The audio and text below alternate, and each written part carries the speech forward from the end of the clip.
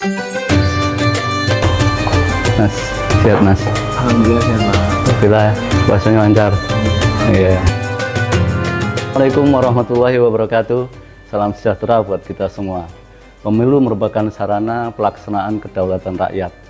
Setiap negara demokratis pasti melaksanakan pemilu, tetapi tidak semua pemilu bisa dilaksanakan secara demokratis.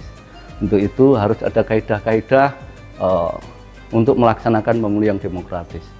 Di antaranya sudah ada beberapa parameter yang digunakan oleh International IDEA untuk menentukan bahwa pemilu itu bisa berjalan secara demokratis. Dalam International Handbook ya, di IDEA Internasional itu disebutkan ada 4 prasyarat demokrasi yang bisa digunakan untuk melaksanakan pemilu. Yang pertama adalah asas-asas pemilu demokratis, yang kedua adalah hak politik. Hak politik itu meliputi hak-hak untuk dipilih, hak untuk memilih, hak untuk berpartisipasi, dan hak untuk melakukan ekspresi, yaitu kebebasan berekspresi dan lain-lain. Yang ketiga adalah pemilu yang berintegritas. Pemilu berintegritas itu meliputi pemilu yang akuntabel, ya, jujur, transparan. Ya.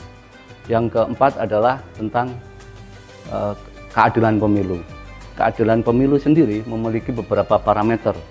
Yang pertama adalah bahwa setiap pihak bertindak sesuai dengan ketentuan peraturan yang berlaku. Yang kedua, ada pengawasan untuk melakukan pencegahan terhadap pelanggaran.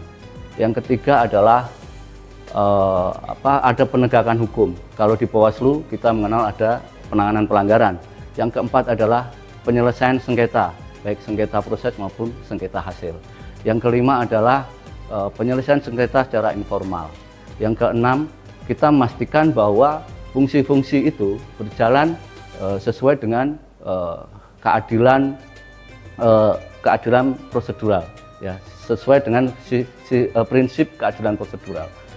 Jadi ada keenam prinsip itu dalam mewujudkan keadilan pemilu, sehingga kita bisa mengetahui bahwa ternyata ya penyelesaian sengketa itu merupakan bagian dari untuk mewujudkan keadilan pemilu. Penyelesaian sengketa mempunyai beberapa fungsi. Yang pertama adalah fungsi untuk melindungi hak politik. Hak politik dalam hal ini adalah hak untuk dipilih. Karena penyelesaian sengketa berfungsi untuk melindungi hak politik peserta pemilu yang dirugikan secara langsung. Kita tahu bahwa dalam sengketa pemilu itu ada sengketa antar peserta dan sengketa antar peserta dengan penyelenggara. Bahwa peserta pemilu ya kemungkinan ya dalam melakukan tindakannya merugikan secara langsung peserta pemilu lain, itu adalah sebuah keniscayaan. Sehingga perlu ada mekanisme untuk pengembalian kerugian itu, ya, untuk memulihkan kerugian yang ditimbulkan. Maka penyelesaian sengketa mempunyai dua fungsi. Yang pertama adalah fungsi korektif, artinya mengoreksi kesalahan yang telah dibuat, baik itu yang dilakukan oleh peserta pemilu yang merugikan pihak lain ataupun kesalahan yang dilakukan oleh penyelenggara pemilu, dalam hal ini adalah KPU. Jadi yang pertama adalah fungsi korektif, yang kedua adalah fungsi restoratif. Ya, jadi peserta pemilu akan mendapatkan haknya kembali. Dalam hal ini fungsi pemulihan hak yang dirugikan itu akan diberikan setelah melalui proses penyelesaian sengketa. Yang kedua, penyelesaian sengketa merupakan pelembagaan konflik, ya, karena kita tahu bahwa dalam interaksi maupun kompetisi, konflik itu sangat mungkin muncul ya dalam setiap tindakannya, sehingga konflik ini perlu dilembagakan di lembaga penyelesaian sengketa. Karena kalau tidak dilembagakan bisa jadi akan membesar dan berakibat kemana-mana gitu, dan mungkin akan chaos ya, yang lebih besar lagi, efek yang lebih besar lagi, sehingga perlu dilembagakan. Bawaslu di sini menjadi pihak ketiga yang akan menengahi konflik tersebut. Ya. Kalau dalam Al-Quran itu dalam Al-Hujurat ayat 9 disebutkan bahwa maka damaikanlah ya pihak-pihak yang bertikai. Ya, kurang lebih seperti itu artinya.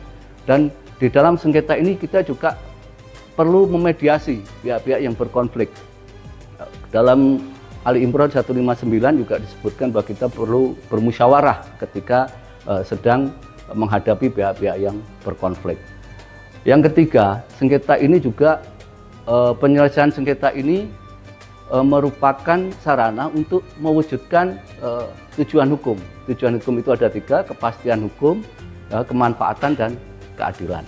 Sehingga kita berharap bahwa melalui forum penyelesaian sengketa ini, Bawaslu nanti bisa mewujudkan 3 tujuan hukum itu, di mana ada kepastian, ya, ada kemanfaatan, dan keadilan. Sekian, kurang lebihnya mohon maaf. Wassalamualaikum warahmatullahi wabarakatuh.